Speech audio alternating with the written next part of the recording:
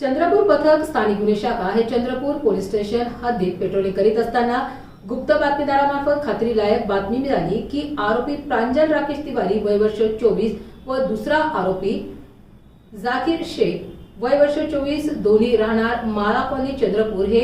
मेफ्रॉड पांढऱ्या रंगाचे drugs powder motorcycle वरती घेऊन येत आहे। या खात्रीलायक बातमीनुसार चंद्रपूर पोलीस ठाणे पथकाने सिताफीने आरोपींना ताब्यात घेत 13.50 gram MD drugs powder motorcycle रोख रक्कम तसेच 2 मोबाईल असा एकूण 2,230 रुपयाचा मुद्देमाल जप्त करीत पोलीस स्टेशन रामनगर येथे एनडीपीएस प्रमाणे गुन्हा नोंद करण्यात आला।